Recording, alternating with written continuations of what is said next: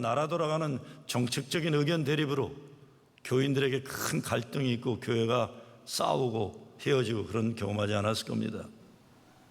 어떻게 보면 작은 것인데 판단 잘못하는 문제, 나중에 후손들에게 그때 왜 싸웠는지 설명하려고 하면 설명하기가 쉽지 않을 그런 문제들로 인해서 서로 상처 주고 교회가 어려움을 겪고 그러는 것들이 있을 겁니다. 그런데 오늘 여호수아는 이 작은 것 같은 문제를 중요하게 다루고 있습니다. 왜? 가나안 약속의 땅을 쟁취하기 위한 전투와 전쟁은 잠시도 딴 생각하면 안 되고 오직 하나님 말씀 붙잡고 말씀에 순종하면서 나가야 한다는 것을 분명히 하기 위해서 그렇습니다. 절대로 이길 수 없을 것 같았던 여리고성 전투에서 하나님 명령 따라 순종해서 승리했어요. 그런데 아주 쉽게 이길 줄 알았던 아이성 전투에서는 크게 패배했지만 다시 하나님 말씀에 순종하고 하나님 제시하시는 전략에 따라 승리했습니다. 오늘 본문은 그리고 나서 또다시 중요한 실수를 하는 여호수아를 보여주고 있습니다. 이번에는 간교한 유혹의 작전에 넘어가요. 근데 패배의 원인을 기도하지 않아서라고 성경은 얘기합니다. 하나님께 묻지 않고 여호수아가 자기 생각대로 해서 그렇다고 오늘 말씀에서는 얘기하고 있어요. 우리가 여호수아를 통해 배워야 하는 것은 계속 되어지는 철저한 자기 반성과 회개의 과정입니다. 가나안 전쟁 여호수아 전투의 기록이 어떻게 보면 대수롭지 않을 것 같은 이런 내용을 기록한 것은 이 잘못이 반복되면 안 되는 잘못이기 때문에 그렇습니다. 바둑 두는 사람들은 큰 대국을 마치고 복귀를 한다고 그래요. 시합이 끝난 다음에 처음부터 어떻게 돌을 놓았는지 다시 기억으로 돌아가서 이거를 분석해서 실력을 향상시키는 거예요. 골프 치는 사람도 그렇고 다 그렇게 운동도. 저는 낚시를 상당히 좋아했는데 아주 오래전에 플로리다에 열 몇 시간 운전하고 가서 산새우 껴서 던져놓고는 엄청 큰 고기를 물렸는데 줄 마지막까지 다 뺏기고 그래서 낚시를 포기하고 다시 열 몇 시간 운전해서 시카고로 돌아온 일이 있었어요. 두고두고 그때를 생각해요. 왜 내가 못 잡았을까? 여러분 낚시해 본 분들은 알지만 정말 큰 고기는 기술의 싸움이 아닙니다. 마음과 마음의 싸움이에요. 내가 고기한테 졌다 하면 지게 되더라고요. 저는 지금도 그 생각을 해요. 오늘 본문에서 여호수아가 자기 잘못을 기록한 것은 역사를 돌이켜보면서 다시는 그런 잘못을 저지르지 않겠다는 결단입니다. 그러니까 오늘 본문을 통해서 여러분 대단한 구원의 진리, 복음의 핵심을 배우기는 어려울 것 같아요. 그런 내용이 없어요. 다만 앞으로 우리가 인생 살면서 작은 것 같지만 판단 잘못해서 가정과 교회를 어렵게 하는 없도록 조심하는 경각심만이라도 생각할 수 있으면 좋겠습니다. 조훈현, 고수의 생각법. 생각은 반드시 답을 찾는다. 바둑의 고수죠. 시작글에 이렇게 되어 있습니다. 나는 바닥에 떨어졌다. 바닥까지 떨어졌다. 다시 올라서고 또 떨어지고 올라서기를 반복했다. 이기고 지는 데 이골이 날 만도 한데 아직도 패배의 아픔은 무뎌지지 않는다. 늙어가는 지금은 실수가 잦아져 여기는 이기는 날보다 지는 날이 많다. 그럼에도 나는 여전히 바둑을 두고 있다. 예전에는 이기기 위해서 바둑을 두었는데 이제는 이기고 지는 것과 상관없이 그저 바둑을 둘 수 있다는 게 좋아서 둔다. 타고난 승부사로 불렸던 나이지만 멀찍이 떨어져서 보니 인생에서 승패란 그리 중요하지 않다는 생각이 든다. 정말 중요한 것은 결과가 어떠하든 최선을 다해 내 길을 가는 것이다.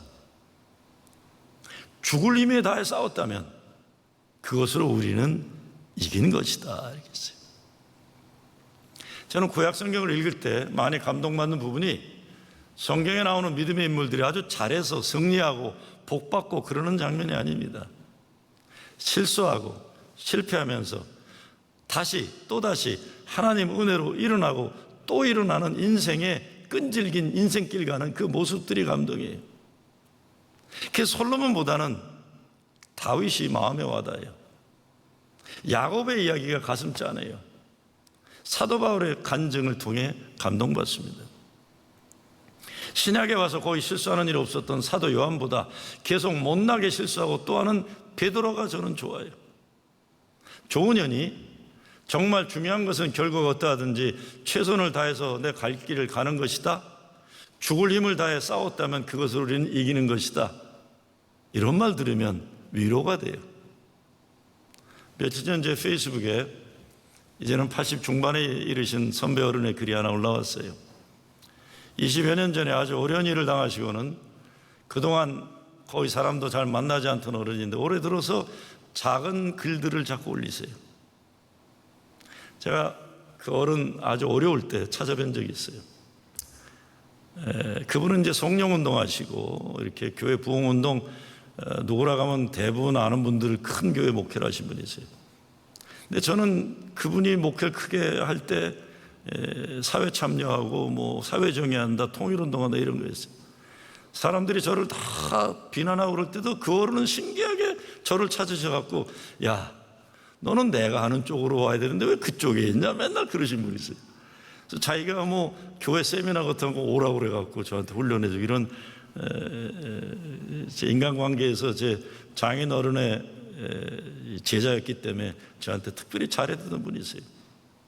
근데 어려움을 당하시니까 제가 찾아뵀더니 저한테 이런 말씀 하신 적이 있어요. 김 목사, 너희 젊은 목사들 진리 좋아하는데 기본적으로 인간이 지켜야 할 의리도 없는 것들이 진리 너무 많이 떠들지 마라 그러셨어요. 너무 힘드시니까. 근데 제 마음에 그분이 쓴 글이 이런 게 어제 왔어요. 이런 글입니다. 인간의 삶에 대한 진실. 나는 사선을 넘는 사람들의 마지막 순간을 함께 해본 귀중한 경험을 가지고 있다. 죽음의 강으로 내몰린 그 순간 경험해보니 슬픔은 인생이 짧아서가 아니라 정말 중요한 것들이 무엇인가를 너무 늦게서야 깨닫는 것이더라. 죽음은 삶의 가장 큰 상실이 아니다. 가장 큰 상실은 살아있는 동안 우리 안에 소중한 것들이 죽어 있는 것이다. 경험해보니 내가 알고 있는 아름다운 사람이란 실패를 알고 역경과 고통을 경험하고 아픈 상실의 늪에도 빠져보고 건강을 잃고 생사의 갈림길에서 마지막 기도로 올려본 경험의 공유자들이 있다. 아름다운 사람들은 그냥 아름다운 게 아니더라 이렇게 썼어요. 여러분 지금 대한민국 감리교회 가운데 엄청 큰 교회 예배당 건축 끝마무리 단계에서 어려움 당하시고 목회를 그만두셨던 분이세요. 젊어서 한창 잘 나가실 때는 그 목사님은 대한민국 최고의 선동적 설교의 대가였어요.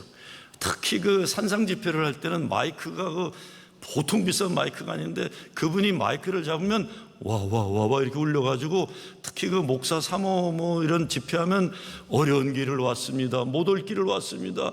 이 산을 그냥 내려갈 수 없습니다. 그냥 사모님들이 그냥 펑펑 눈물 콧물 쏟던 그냥 목소리에 죽어가던 그런 분이세요. 그래서 저도 야 저분은 말을 어떻게 저렇게 잘하시나 하는 거죠. 그런 목회 어려움을 큰 경험을 하시고는 그 오랜 세월 20년간 침묵을 보내신 다음에 인생 말년 요즘 그 목사님이 쓰신 언어는 완전히 달라요. 인생에 솔직함이 있고 누구를 선동하려는 게 아니라 십자가 은혜의 깊이에서 나오는 진솔된 말씀이라고 해서 우리가 여호수아를 통해 가나안 약속에 들어가는 과정을 공부하면서 보는 것은 승리만 기록하지 않고 패배도 기록한다는 거예요. 자기가 잘한 것만 밝히지 않고 잘못한 것, 죄진 것도 그대로 공개를 해서 후손들까지도 깨달음을 얻기를 바라는 것입니다.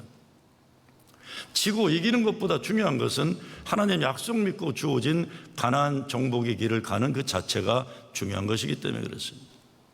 성공이냐 실패보다 중요한 것은 하나님 약속 믿고 그 길을 포기하지 않고 가는 겁니다. 그러기 위해서 여호수아처럼 우리는 우리 인생길 수많은 전투와 전쟁을 통해 끊임없이 문제를 분석하고 발전하는 노력을 해야 할 것입니다.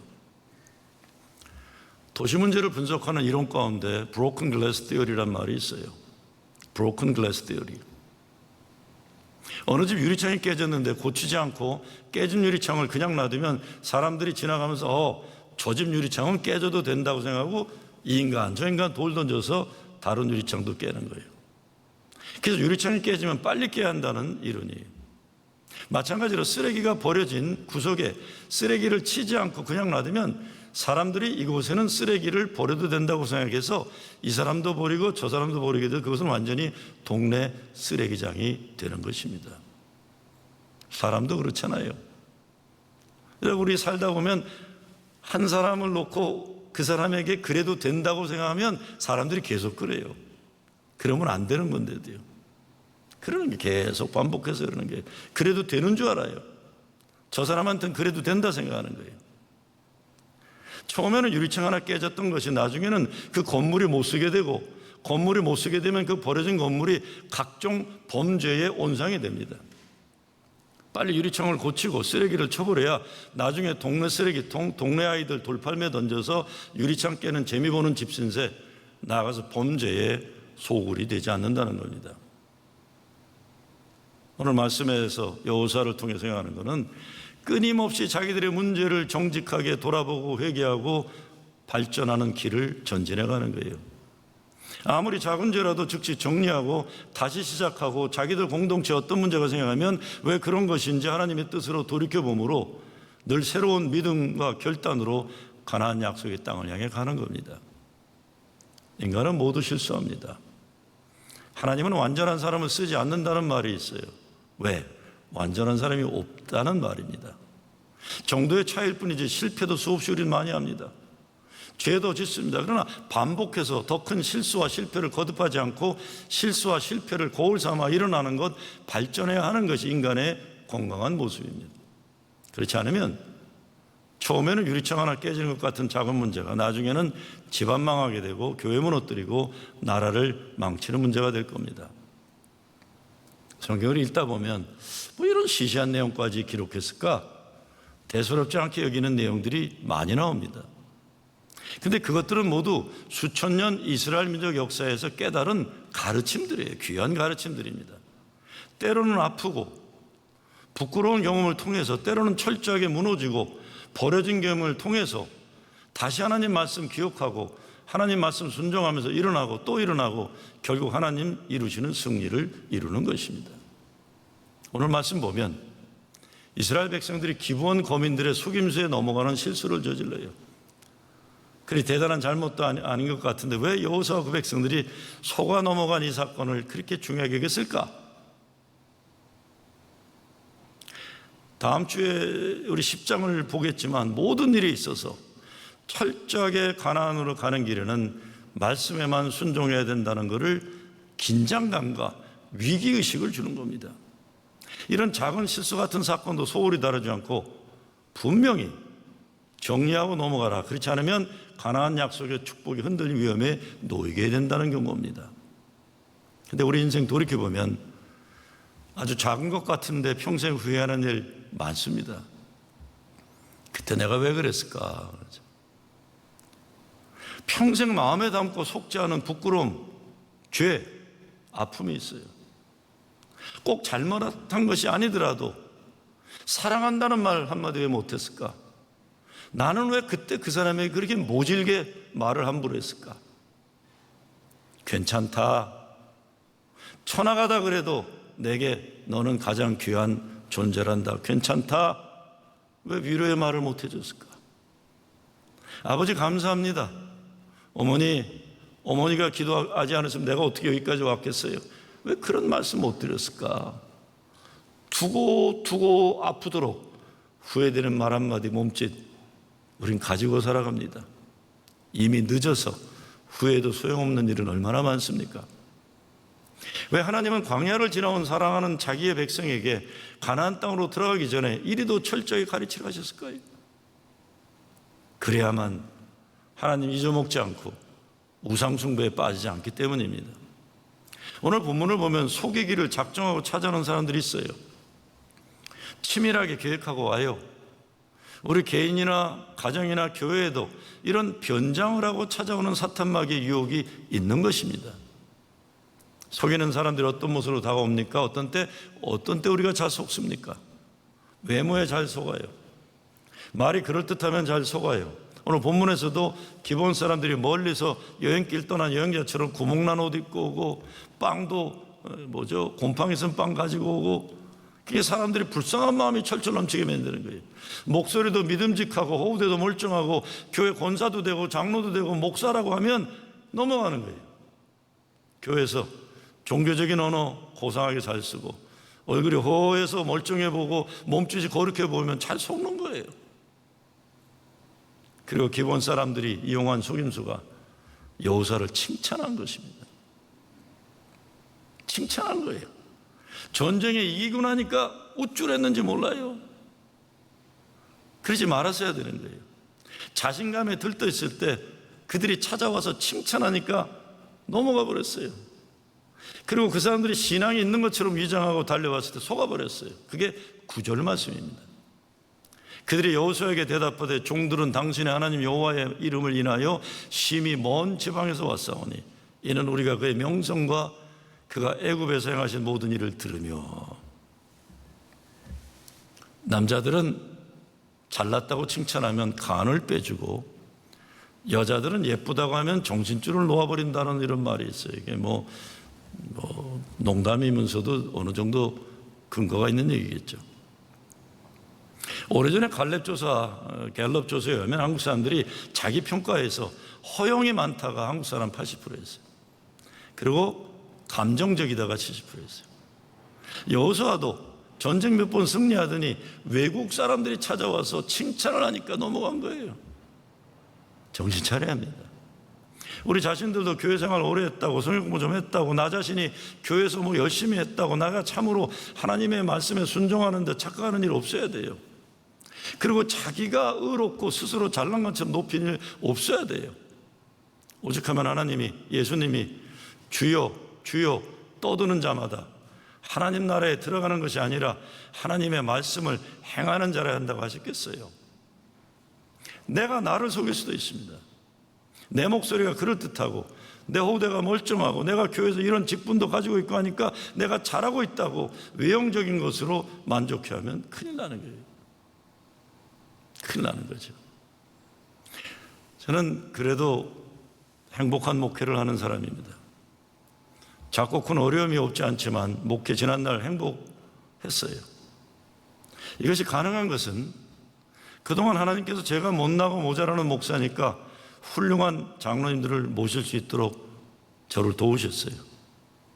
제가 만난 훌륭한 장로님들은 모두 십자가에서 주님과 함께 죽고 또 죽은 은혜의 체험이 있는 분들이 있어요. 세상적으로 성공하고 가정도 다 문제 없고 건강해서 빵빵 이런 사람들이 아니에요. 죽음을 경험한 분들이 있어요. 수많은 실수와 실패를 통해서 믿음의 연단을 겪은 분들이 있어요. 이분들은 모두 죄 용서받음의 은혜를 알고 구원의 확신이 있고 예수 고난의 흔적을 삶 속에 담고 사는 분들이 있어요. 그렇기 때문에 그 장로님들의 언행의 중심이 주의 몸된 교회를 강건히 세우고 성도를 온전케 하는 그분들이 있어서 기둥 같은 분들이 있어 목회를 할 수 있었어요. 교회가 어려워지는 건 다른 것 아닙니다. 오늘 여호수아를 찾아온 기본 사람들처럼 우리 가정에, 교회에 사람이 자기 실력을 과시하려고 하고 인정받으려고 헛된 명예욕에 빠지기 시작할 때 사탄 마귀가 그것을 알고 들어오는 겁니다. 교회가 세상적인 자랑에 빠져 있고 허망하고 헛된 것으로 부풀어 있어 교만하면 쉽게 마귀에게 자리를 내주는 것입니다. 근데 근본적인 문제는 14절이에요. 이렇게 돼 있죠. 무리가 그들의 양식을 취하고 어떻게 할 것을 여호와께 묻지 아니하고 이렇게 돼 있어요. 하나님께 묻지 않은 거예요. 자기들 인생을 편리하게 해줄 물길로 오는 종들, 나무를 펴는 종들, 허들에 일할 인간들이 왔기 때문에 이게 편리하겠다 그러고 헛된 이익이 눈이 비일 때 넘어가 버린 거예요. 편리를 위해서. 자기 눈에 보이고 귀에 들리는 세상적인 업적과 세상의 칭찬 소리에 우리가 속기 참 쉽습니다. 기도하면서 우리는 하나님이 들려주시기 원하는 말씀을 드려야 합니다. 그래야 우리 가운데 찾아오는 사탄의 정체를 잘 파악할 수 있습니다. 여호와의 실패가 우리 가운데 일어나고 있는 현실일 수 있습니다. 승리의 때, 거룩한 하나님의 역사의 때일수록 더욱 진실되게 기도하고 말씀에 순종하는 때라는 것이죠. 우리가 올바른 결정을 내리기 위해서는 반드시 하나님께 물어야 합니다. 요즘처럼 사도 바울의 말이 절실하게 다가오는 때가 없습니다. 너희는 이 세대를 본받지 말고 오직 마음을 새롭게 함으로 변화를 받아 하나님의 선하시고 기뻐하시고 온전하신 뜻이 무엇인지 분별하도록 하라. 그런데 기본 민족의 입장에서 보면 이들은 지혜로운 판단에서 결국 살아난 것만이 아니라 훗날 이스라엘 가운데 거하면서 성전을 지키는 사람들이 됩니다. 그 사람들의 입장에서 보면 속임수를 썼다 이런 것이 중요한 이슈가 아니에요. 야곱이 에서를 속인 것처럼 하나님 축복을 사모한 것 같은 그런 맥락에서 이해할 수 있는 겁니다. 올바른 선택을 위해서 하는 거예요. 운명은 가나안 전쟁에서 죽어야 될 백성인데 그들은 여호와 하나님 편에 서고 싶어서 속임수를 썼지만 선택한 겁니다. 출애굽 당시 대부분의 이스라엘 백성들은 광야에서 죽었어요. 가나안 약속을 기업으로 누리지 못했어요. 그러나 이방 민족이었지만 여리고 성의 기생 라합의 가족과 기브온 거민들은 오히려 살아 이스라엘 가운데 거하게 됐던 겁니다. 그냥 거한 것이 아니라 성전에서 허드렛 일을 하지만 행복한 복받는 삶을 누리게 된 겁니다. 무슨 말이겠습니까? 선택된 민족이라고 다 구원받는 것이 아니라는 겁니다. 반면 이방인이라고 다 죽는 것이 아니라는 겁니다. 하나님의 이름을 두려워하며 그의 하신 일과 그 백성의 소문을 듣고 경배를 드리는 하나님 편이 되었다는 민족은 살게 된다는 것이죠. 가나안 약속의 땅으로 가는 길은 끊임없는 영적 전쟁입니다. 우리가 믿음으로 살려고 할수록 부딪히는 것이 많아지고 공격이 심해지는 이유는 바로 여기에 있습니다. 예수 잘 믿으라고 하면 사탄 마귀가 가만 놔두지 않는다는 거예요. 그래서 목사들이 하는 말이 있어요. 교회에서 부흥회를 하면 사탄도 동시에 부흥회를 해서 괴롭히려고 한다고 하는 거죠. 근데 역설적으로 믿음 생활에서 어려운 영적 전투가 있으면 기뻐하라고 성경은 말합니다. 신앙생활을 잘하고 있으니까 사탄 마귀가 달려든다는 것이에요. 큰 믿음으로 일어날 것을 기대하면서 더욱 열심히 기도하고 말씀 붙잡는 것이죠. 그래서 야고보서 1장에서 뭐라고 합니까? 내 형제들아, 너희가 여러 가지 시험을 당하거든 온전히 기쁘게 여기라. 이는 너의 믿음의 시련이 인내를 만들어내는 줄 너희가 알미라. 인내를 온전히 이루라. 이는 너희를 온전하고 구비하여 조금도 부족함이 없게 하려 함이라. 그랬어요. 오늘 9장 말씀에 이런 뜻입니다. 하나님 시험을 통해서 온전함을 이루기 위해서다. 요한일서에 보면 무릇 하나님께로부터 난 자마다 세상을 이기느니라. 세상을 이긴 승리는 이것이니 우리의 믿음이니라. 세상을 세상의 것으로 이기려고 하는 것이 아니라 말씀으로 승리하라는 것입니다. 우리는 매일 순간순간마다 크고 작은 결정을 내리며 살아갑니다. 그리고 우리의 인생은 우리가 내리는 결정에 영향을 받습니다. 중요한 일일수록 하나님께 물어야 합니다. 하나님 기뻐하시는 일을 위해 기도해야 하는 겁니다. 하나님 뜻대로 인도하심 받고 어떤 인생의 어려운 전투나 전쟁에서도 오직 믿음으로 승리하는 여러분 되시길 주의 이름으로 축원합니다.